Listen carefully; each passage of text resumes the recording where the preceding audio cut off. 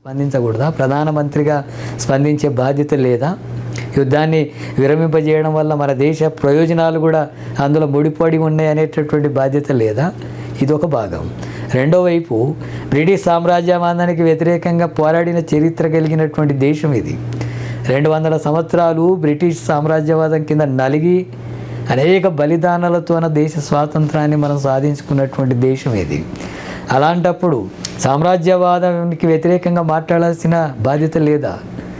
ఇంకొక దేశం మీద దాడి చేస్తుంటే, ఇంకొక దేశ పాలకులను కిడ్నాప్ చేసుకెళ్తుంటే, గాజా లాంటి ప్రాంతాల్లో ప్రజల ప్రాణాలు బలి తీసుకుంటుంటే, విద్యార్థుల మీద కూడా, చిన్నపిల్లల మీద కూడా బాంబులు వేసి పిల్లల ప్రాణాలు బలిగొంటుంటే అది సరైనది కాదు, యుద్ధం ఆపాలని చెప్పడం అనేటటువంటి బాధ్యత లేదా? చిన్న దేశాలు కూడా ఆ రకమైనటువంటి చొరవ చేస్తూ యుద్ధాన్ని విరమించడానికి ప్రయత్నం చేస్తున్నది. మరి బ్రిక్స్ దేశానికి అధ్యక్షుడిగా ఉండేటటువంటి మోడీ ఎందుకు మాట్లాడట్లేదు?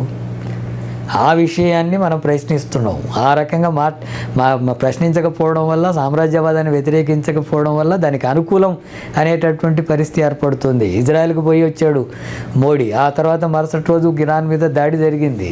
అంటే మనం ఇజ్రాయెల్ ఇరాన్ మీద దాడిని మనం సమర్థిస్తున్నట్టుగా వస్తుంది. అమెరికాను వ్యతిరేకించకపోతే, ప్రశ్నించకపోతే, యుద్ధం విరమించమని అనకపోతే యుద్ధాన్ని సమర్థించినటువంటి దేశంగా మనం ఉంటాం. యుద్ధాన్ని సమర్థించాలి మనం, ప్రజల ప్రాణాలు బలిపెట్టేటటువంటి దానికి సానుకూలంగా ఉండాలా?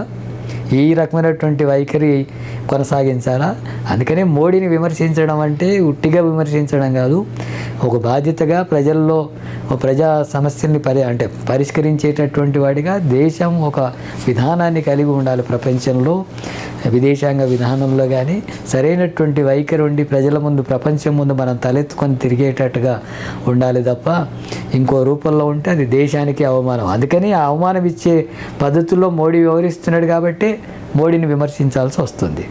మోడీ ఇక్కడ ప్రదర్శనలు చేస్తే అక్కడ యుద్ధం ఆగుతుందా అంటే మీకు అర్థం కావాల్సింది ఏంటంటే, ఇప్పటికే మొత్తం ప్రపంచవ్యాప్తంగా ప్రజలు దేశాల్లో నిరసనలు వ్యక్తం చేస్తున్నారు. అది అమెరికాను కూడా కుదిపేస్తుంది. లక్షల మంది రోడ్ల మీదకి వచ్చారు. ప్రపంచంలోనే అన్ని దేశాల పట్ల, ప్రజల పట్ల వ్యతిరేకత పెరుగుతుంది అనే విషయం ఆ దేశ ప్రజలు కూడా కదిలి ముందుకు వస్తే తప్పకుండా ఆ పాలకులు యుద్ధం ఆపక తప్పదు, ఆపాల్సిన పరిస్థితి వస్తుంది.